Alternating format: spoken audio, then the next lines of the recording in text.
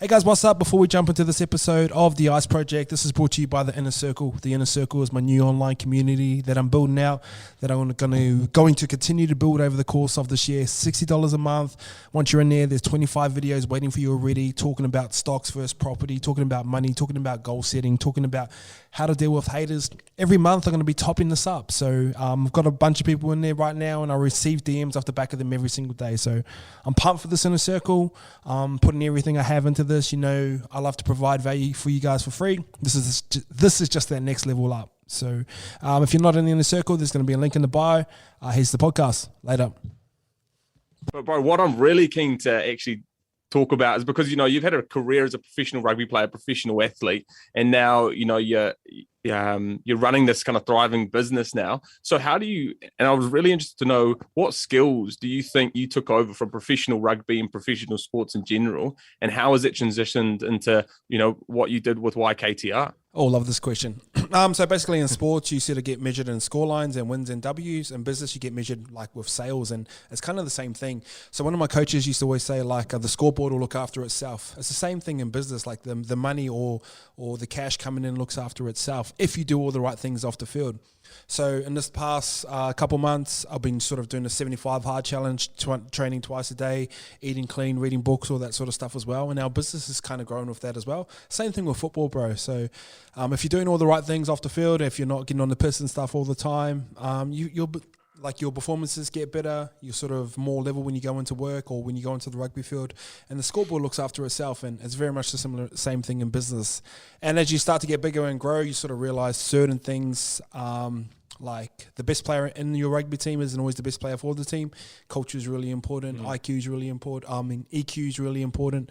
Emotional intelligence. So those are the sort of two big things. Like, if you want to be a success, you've got to be doing all the right things off the field. Same with business. If you want to be a success, you want to be doing all the right things off the field. And it just transfers over. And I think it's not just a sports and business thing, that's a life thing.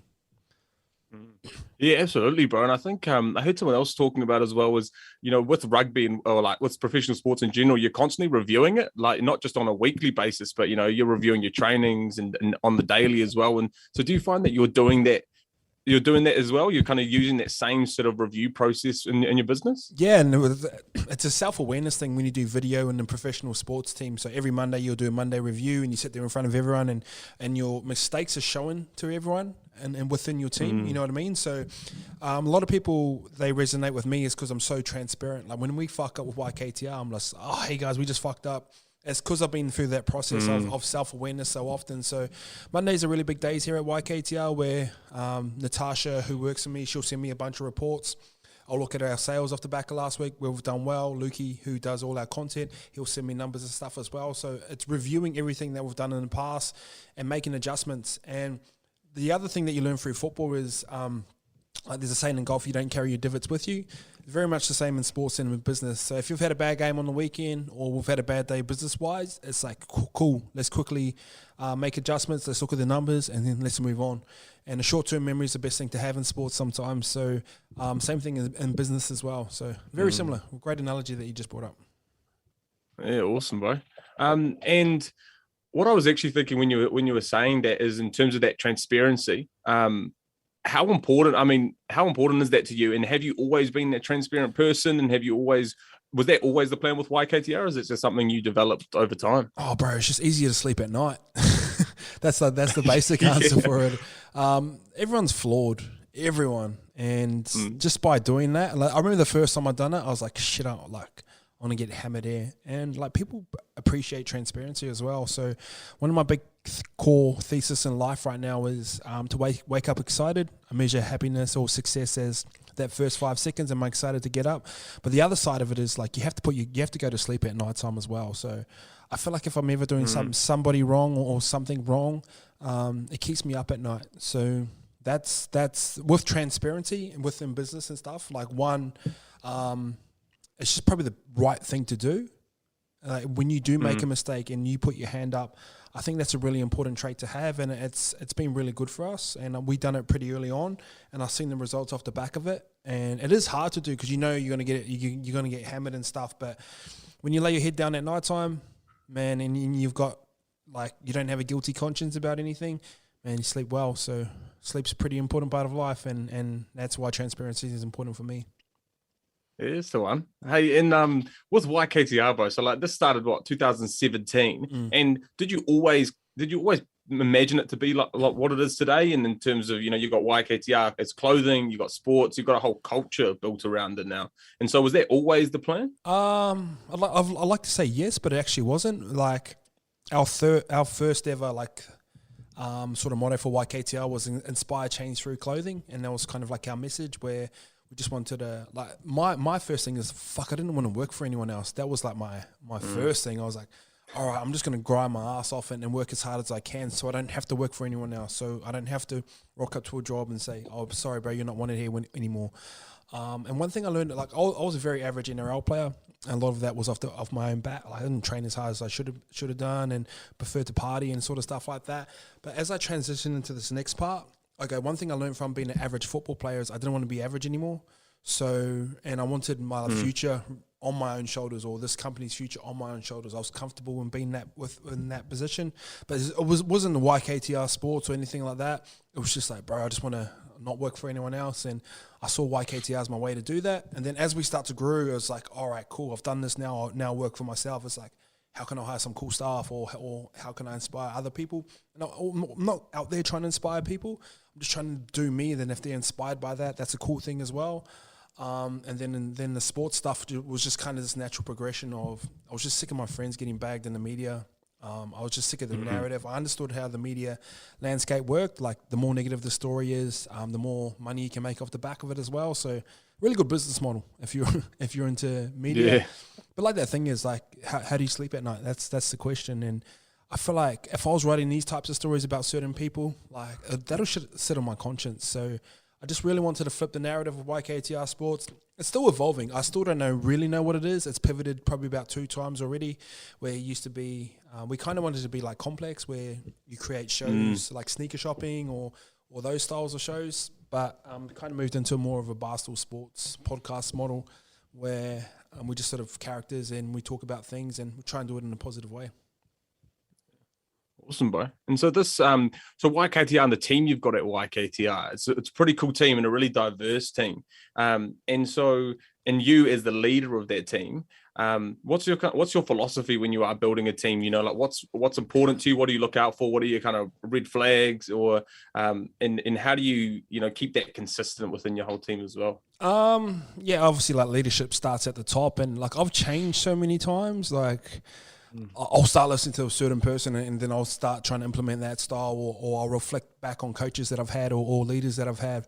Like, I sit there and think about, like, who are the guys that were really, like, the guys I looked up to the most when I was in football. And Ivan Cleary was a really big coach. He coached all my first grade games when I was at the Warriors, when I was at Penrith. And he always had this sort of laid-back style where, like, you could approach him for anything. And he seemed to always have the answer to a lot of things but didn't speak a lot. So I really enjoyed that. Simon Mannering was my captain when I was at the Warriors, and he was just sort of this laid-back guy, didn't say too much. But then me, naturally, I like to talk. I like to be in and around it. So I'm still learning, bro. I'm still learning. I don't try and micromanage. That's kind of a big thing. I went for probably earlier this year, like, we weren't quite getting the results that I expected. So I was like, all right, started trying to micromanage, and it just felt yuck to me. Leadership style, I think you just got to sort of, like, whenever someone tries to tell you to do something, it's kind of annoying. I feel people are more inspired to follow your lead if you're actually leading that way. And like, say Simi's a character underneath one of the YKTR, and people seem to love him. And but he's always got a lot of excuses as well. So he's like, oh, I can't make content. So I started vlogging again just to show to him that it's like, oh, like, you're definitely not busier than me. Like, I'm doing a lot more than you. Like, I've still made time to make 7 vlogs in the past week or past 10 days. You know what I mean? So leadership, I'm still learning. I've never had this many staff before. We've never been in this position before. I can read books and all that sort of stuff as well. But I think leadership's just going to be a constant evolution. And I remember seeing the saying, like, leadership is like behavior, not a title or something like that. So I see it as like that. I don't know. I'll probably change in about a year. We potentially could have twice as much staff. So it's something I'm learning. Man, people management is like draining, bro. It's draining. It's not really my strength. Like, I like to get up and do my own thing. And And what I do now, like I get up about 3:34. I don't see anyone till 7 o'clock in the morning. So that 3 hours I've got to myself, so I can spend time in my own brain and work out and do things. And by the time I get to work, like it's just like problem. And I'm grateful for those problems because not everyone gets to experience them as well. But I'm still learning, bro. I still don't know. I don't really have the answer for that. Ask me in 10 years. I'll have a better answer. Well, I think it's a really good answer that you actually gave in terms of it's constantly evolving, and I don't think there's no one size fits all leadership style, and so you just have to figure out what works for you and what works at the time. And so it's good that you've got the self awareness to be able to do that, and to know that it's going to change. Change as well. And the other thing is, and I learned this from football and playing like halfback, is like you can't treat everyone the same.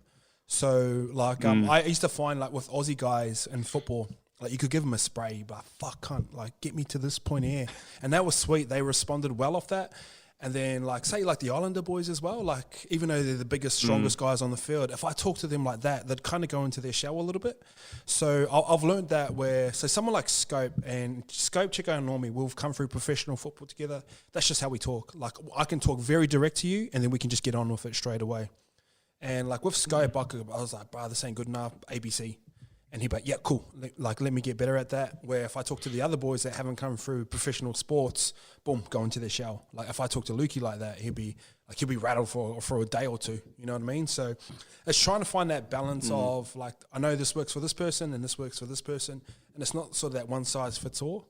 Like I'm trying to be consistent within myself as a leader and do the things so when people come to me, they can come to me for anything. And one of the big things I do say when they do come, all come in, I was like, bro, if you ever need anything, like this is the first conversation once they're hired. Bro, if you ever need anything, come to me. Like I can help you. Like if you need money, if you need a place to stay, if you need food, like make sure you come to me. And most of the boys have taken up that offer. And as a grown man, it's probably not, it's uncomfortable to go to someone and go, bro, I need help, like financially or something like that. But I'm glad I can be that person for those guys right now because I'm in a good position where I can help these people.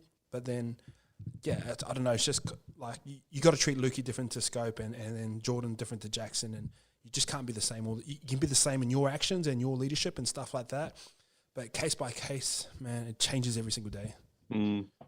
Well, it's so important, bro. And you've got to, as a leader, it's about understanding where people's strengths are and, where maybe their weaknesses are and how you can empower them, I guess, which is so important. I think even, what's a real cool reflection and what you can see in YKTR and for what you put out there, and that transparency is you create that vulnerability and you let people know, when you're fucked up, you let people know when things aren't going right. And then it gives your staff and other people permission to do the same, So that's all you could ask for, really. Yeah. And like, to be honest, it does make good content as well. So like when we do Inside YKTR, like there's times I've jumped on, bro, I'm fucking angry. And like, obviously most of the time it's Simi that's fucking me off. And I'll just talk about it. And the boys know that we do talk about it and they can talk about me any way they want on podcasts. I'm not going to come through and edit it out and stop it. So I think it's just an interesting look behind a company that was so transparent in those types of things as well. And I get people going, but you shouldn't be picking on Scope or you shouldn't be picking on something like that. You're their boss and stuff like that. I'm like, yeah, man, that's every other business, man. We're just going to talk about our flaws. We're just going to show our scars. And I think it's just going to make us a lot more interesting. Absolutely, bro. And so we're getting back to, you're getting up at 3 o'clock, 3:30 in the morning. What does those 3 hours before you actually interact with anyone, what does it look like? And was that just part of the 75 hard challenge, or have you been doing that for a while now? No, I've always kind of been an early riser, like a 4:35. Like I used to think 5 was like a really early time to wake up. I don't know, like I don't set my clock at that time. It's just what time my body sort of wakes up. That 3 hours, that's my favorite part of the day. Like no one, bro, literally no one wants anything from me because no one's up. So I can like go for a walk or run or walk with Mello. And a lot of the times it's not like I'm not trying to beat times and running and stuff. It's just sometimes I'll just ask a question. I'll ask myself like, where do I want to see YKTR a year from now, or if there's a problem at work, what's the best way that we can do this? I've pivoted businesses a lot through those couple hours in the morning. Like it's dark too, so like I'm going for walks and runs, bro. There's no one around, so you just spend time in your own head. I don't necessarily listen to music or podcasts or anything like that always. just spend time in my own head, bro, and it's good. Like, you solve a lot of problems there. So that's what it looks like. Go for it. Like, I live in Bondi, grateful, so get to go for a swim, and cafes are open at 5:30 around there as well. Have a coffee, go watch the sunrise, and then just get into it, bro. So that's how I spend that. It's not super routine or anything like that, but I do love it. Yeah. Well, it's just that time for you to kind of just to really figure out, I guess, for yourself, what's important and where you want your focus and your energy to go for the day ahead. And so what does the day for the rest of the day look like in terms of how you just, obviously you're running this business and it's a really successful business. So what does your day sort of look like meetings wise? I know some people who I like, follow and listen, like they hate meetings and they think, and they like them short and sharp. But so how does it look like meeting wise when you're planning and your content design stuff as well? Yeah, that's the hard part is because like a lot of the because I'm so front facing, like I run YKTR and people expect me to be on content and stuff as well, and then like, oh Ice, where's the vlogs, or Ice, where's the podcast gone, or like, why weren't you on a sports show as well? So I think this week I'm on between 8 and 12 podcasts. So like when I jump on a podcast, but I want to give you my best. I want to give you like all I can, and then I'll go from this into another podcast, and then we're big into designs at the moment, so we're working on winter. So it changes from day to day, and I've got some really good staff that I trust and delegate. I think that's a really important part, that you've got to let certain parts of the business go. But it changes from day to day. But mostly I'll come to work, I'll spend that first 45 minutes on my own. Jackson will come in, we'll go for a coffee, have a plan, and then we sort of plan out everyone's day. They go out and do their things. Sort of from 8 to about 10:30, I'll be on podcasts. And then sort of from like 11 to about 3, changes from anything, bro. Could be meetings, could be logistics, could be designs, could be just anything, bro. Anything that's related around clothes. But the thing you got to focus on is, as a leader, is like what actually moves the business forward. So I had a conversation with Geordie, and like a lot of our time is spent on Geordie at the moment, but it doesn't, and this sounds super ruthless, but it doesn't always equate to sales for us, where my time is better spent, where like if I'm focusing on closing, putting out the best designs that I can and stuff like this is where our money is actually made. So I need to be nice and clear and focused so I can spend time on this, because this is what makes us money. And like me just dealing with like tasky types of things and answering emails, it's probably not the best use of my time. So I try and maximize that little period. So I'm in here for about 7 to about 2. But it's like we just cram all our work into one, because I don't really believe in it 9 to 5. I just don't feel like time doesn't equate to work. So like a lot of the boys, they can come here, do the work and fuck off whenever they want as well. So people take advantage of it. Like Scope, he'll be in here about 3-4 hours a week max. Come in, do his thing, cruise. That's good. I don't mind it. Jackson likes to be here a little bit longer. He's probably got a bit more responsibility than he's had before with this club, so he'll be here a little bit longer. He'll cruise when he wants, so it's up to them.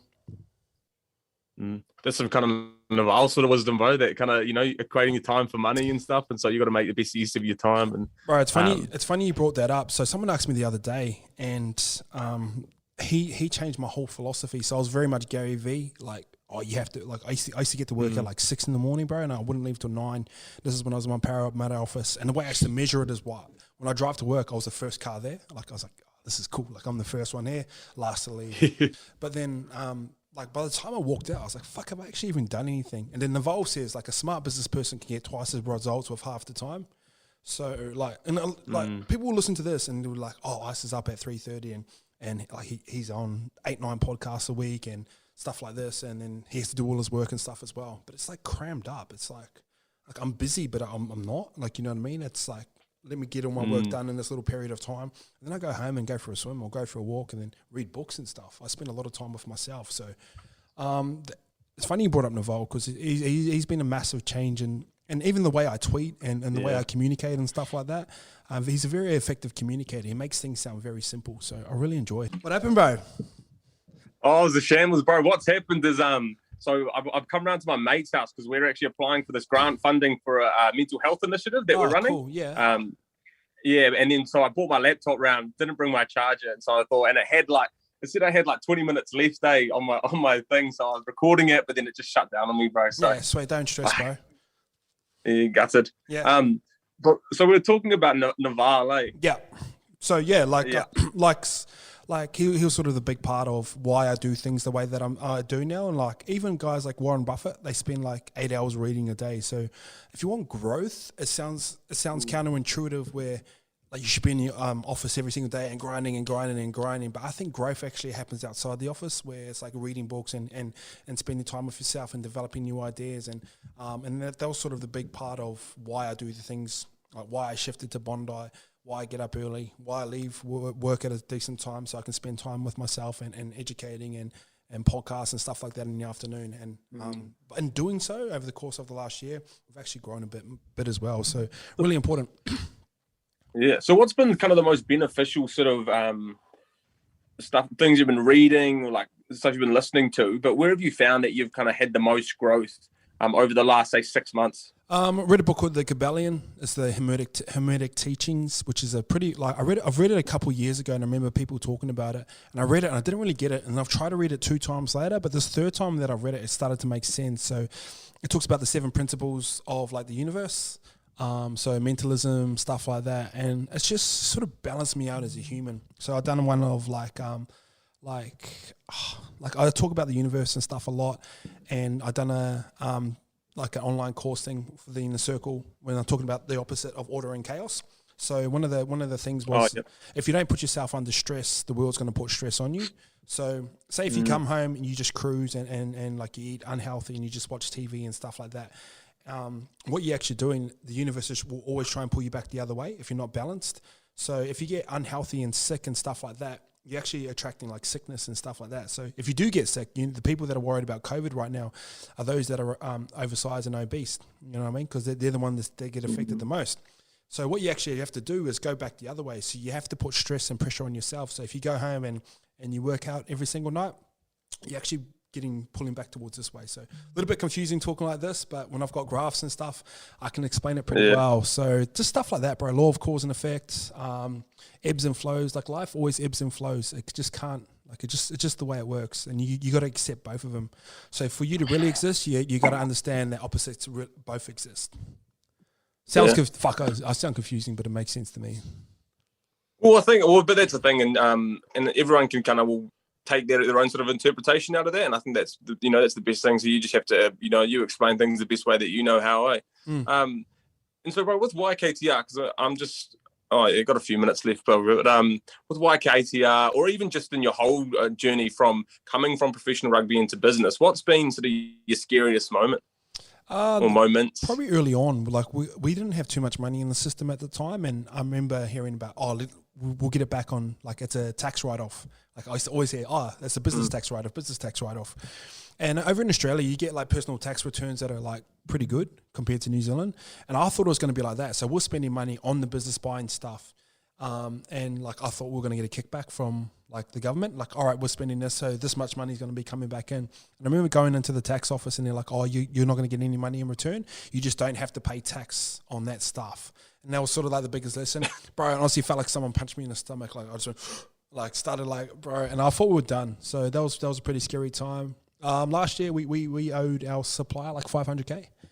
And then that rolled into COVID. So I sort of learned about cash flow and stuff like that as well. So I wanted to get rid of our supplier, and then he's going, oh yeah, well, cool. Well, you owe me $500K, and we sort of figured out how to pay that out over like a month or two.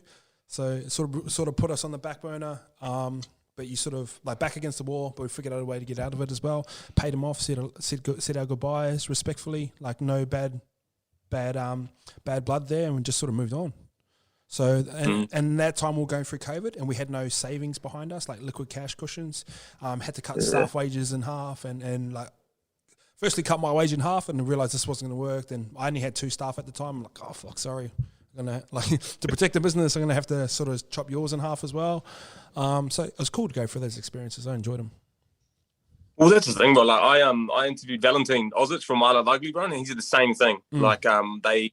That same sort of thing is, you get those times when you think, shit, where's the way out? What am I going to do? But those are the times when you just really need to dial down on what you know, what your strengths are, and then and just back to basics, really. Eh? Yeah, he's the man. I've interviewed him as well. I've actually meant to interview him over the next week or two as well. So very similar story. The bank caught all his money in as well. So we've never loaned money off the bank as well. I've always been trying to bootstrap it. So I just don't want to owe anyone anything anymore. I just want to be I don't want to talk I don't want a board of directors. Someone tried to buy us out at the start of the year. Like the offer wasn't right, but then just to think like you just can't go and do something. You have to go to answer to someone. Not really my vibe, bro. But yeah, he's a good dude, man. I like him.